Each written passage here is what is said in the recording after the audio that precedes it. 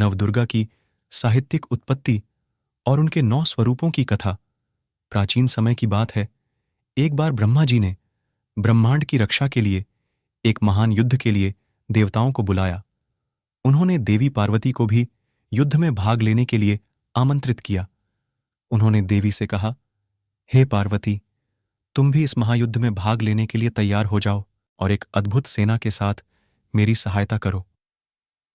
पार्वती ने अपने आप को एक अद्भुत सेना नायक के रूप में परिणामित किया और वहां गई जहां ब्रह्मा जी उन्हें बुला रहे थे। उसने अपनी अद्भुत सेना को लेकर ब्रह्मा जी के समक्ष प्रस्तुत होकर कहा, मुझे आपकी सेना के साथ युद्ध में जाना है और मुझे उसके लिए आपकी सहायता चाहिए। ब्रह्मा जी ने पार्वती को धन्यवाद दिया और उन्हें अपनी सेना के साथ युद्ध में भाग लेने की अनुमति दी। पार्वती ने युद्ध के दौरान अपनी सेना के रूप में 9 अलग अलग रूपों में प्रकट हुईं, जिन्हें नवदुर्गा कहा गया। ये रूप थे शैलपुत्री, ब्रह्मचारिणी, चंद्रघंटा, कूष्मांडा, स्कंदमाता, कात्यायनी, कालरात्रि, महागौरी और सिद्धिदात्री। इन 9 रूपों की साहित्यिक उत्पत्ति से प्रकट होने वाली पार्वती की सेना को नवदुर्गा कहा गया। आइए आगे देखते हैं इन 9 स्वरूपों की उत्पत्ति। प्रथम है, शैलपुत्री देवी की उत्पत्ति विश्वकर्मा द्वारा की गई थी। एक समय भगवान विश्वकर्मा ने समुद्र में उत्पन्न हुई बड़ी ही शक्तिशाली एक देवी को देखा। उन्होंने उस देवी को समुद्र से उठाया और अपनी सेना के साथ अपने गृह में ले गए। विश्वकर्मा ने देवी को शालीन और सुंदर रूप में शैलपुत्री कहा, क्योंकि वह समुद्र से प्रकट हुई थी। शैलपुत्री देवी को शक्तिशाली और परम शांत विभावनाओं की धारणा की जाती है। उन्हें पूजन का प्रारंभ नवरात्रि के पहले दिन किया जाता है। वे 9वें दिन में महिषासुर का वध करने के लिए बुलाई जाती हैं। द्वितीय है, ब्रह्मचारिणी देवी की उत्पत्ति कथा। ब्रह्मा ऋषि के आश्रम में उनके तपस्या के फलस्वरूप हुई। एक समय ब्रह्मा ऋषि के आश्रम में विराजमान ब्रह्मचारिणी देवी की उत्पत्ति हुई।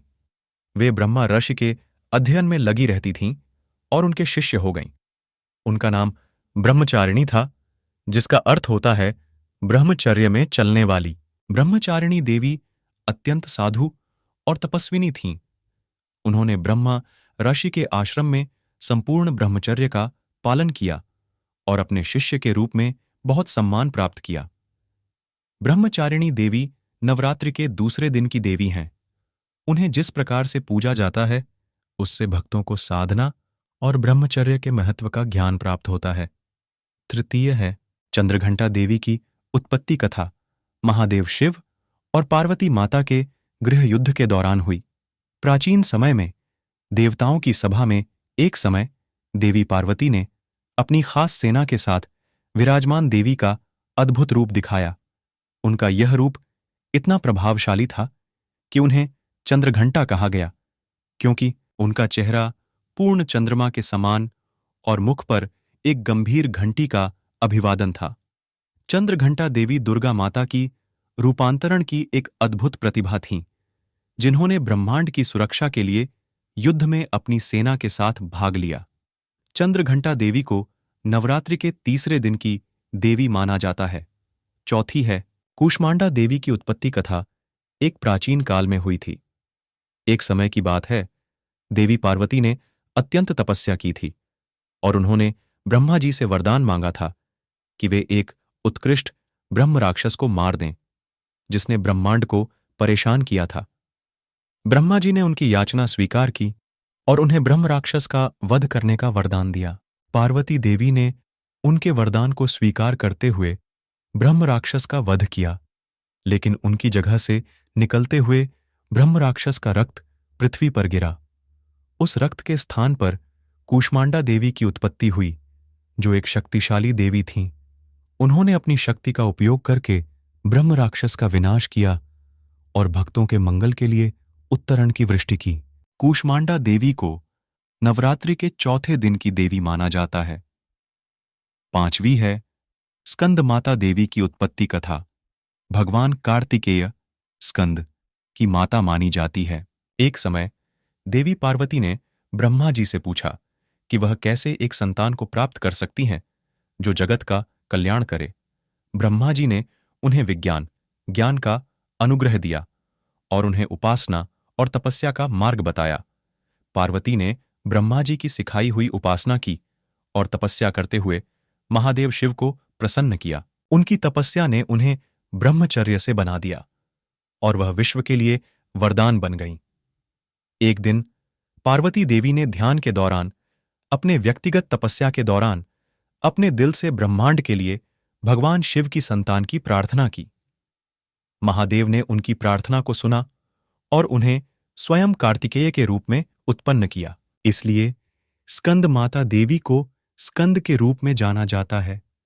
स्कंद माता देवी को नवरात्रि के 5वें दिन की देवी माना जाता है। कात्यायनी देवी की उत्पत्ति कथा महादेव शिव और पार्वती माता के युद्ध के दौरान हुई। प्राचीन काल में एक दिन महादेव और पार्वती माता के बीच एक उत्कट बहस हुई। पार्वती माता ने महादेव से कहा कि उनके संतान की संख्या बढ़ानी चाहिए। महादेव ने उनसे कहा कि यह उनके हाथ में नहीं है और उन्हें उत्तराखंड के काशीपुर में एक शिष्य के रूप में जन्म लेने का सुझाव दिया। पार्वती माता ने इसे स्वीकार किया और वे शिष्य के रूप में जन्म लेने के लिए धन्य हुईं। वे उस स्थान पर गए और अपने साधना का आरंभ किया। ध्यान के दौरान पार्वती माता की तपस्या ने एक अद्भुत प्रकार से उन्हें संतान के रूप में उत्पन्न किया, जिसे कात्यायनी देवी कहा गया। कात्यायनी देवी को नवरात्रि के शनिचर दिवस सप्तमी की देवी माना जाता है। कालरात्रि देवी की उत्पत्ति कथा महादेव शिव और पार्वती माता के एक दिव्य रहस्यमय संबंध से जुड़ी है। एक बार देवी पार्वती ने ब्रह्मा जी से अपने स्वार्थ के लिए एक अत्यधिक भयंकर रूप का स्वरूप मांगा। उन्होंने ब्रह्मा जी से वरदान प्राप्त किया था कि उन्हें एक रूप दिया जाए जो संपूर्ण ब्रह्मांड को भयभीत कर सके और असुरों का नाश कर सके। उन्होंने यह वरदान किया था ताकि उन्हें संतान के रूप में प्राप्त करने का अधिकार मिले।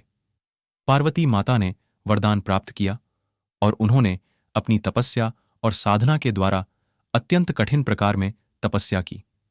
उनकी तपस्या ने उन्हें कालरात्रि देवी के रूप में उत्पन्न किया। महागौरी देवी की उत्पत्ति कथा में उनका महत्वपूर्ण स्थान है। एक समय देवी पार्वती ने अत्यंत गर्वित होकर विश्वविद्यालय की यात्रा की। उन्होंने अपनी ब्राह्मण धारण की और अपने अनुयायियों के साथ ब्रह्मचारिणी के रूप में यात्रा की। पार्वती देवी की यात्रा के दौरान उन्होंने अपने साथ अत्यधिक शक्तिशाली देवी काली का रूप धारण किया। उन्होंने अपनी अद्भुत शक्तियों का प्रदर्शन किया और ब्रह्मांड में आध्यात्मिक उत्थान के लिए अपने साधना का संदेश दिया। पार्वती देवी की धारणा द्वारा महागौरी देवी की उत्पत्ति हुई। सिद्धिदात्री देवी की उत्पत्ति कथा भगवान शिव और पार्वती माता के युद्ध के दौरान हुई। एक समय महादेव और पार्वती माता के बीच एक दिव्य युद्ध हुआ। यह युद्ध बहुत अधिक तीव्र था और उसमें देवी पार्वती ने शक्ति का पूरा रूप दिखाया। देवी की शक्ति ने महादेव को विजयी बना दिया। महादेव ने इस शक्तिपूर्ण रूप को देखकर उन्हें बहुत अद्भुत माना और उन्होंने उसे सिद्धिदात्री नाम दिया। यहां तक कि उन्होंने उन्हें ब्रह्मांड के सभी सिद्धियों की देवी माना। सिद्धिदात्री देवी को नवरात्रि के आखिरी दिन की देवी माना जाता है। नवदुर्गा की इस अद्भुत कथा से हमें यह सीख मिलती है कि माता पार्वती की सेना की शक्ति अद्वितीय और अद्वितीय है और वे अपनी असीम शक्ति का उपयोग धर्म की रक्षा के लिए करती हैं। इस प्रकार नवदुर्गा की कथा हमें शक्ति, साहस, सफलता, सुख, शांति और धर्म के महत्व को समझाती है। जय माता दी, जय माता दी, जय माता दी।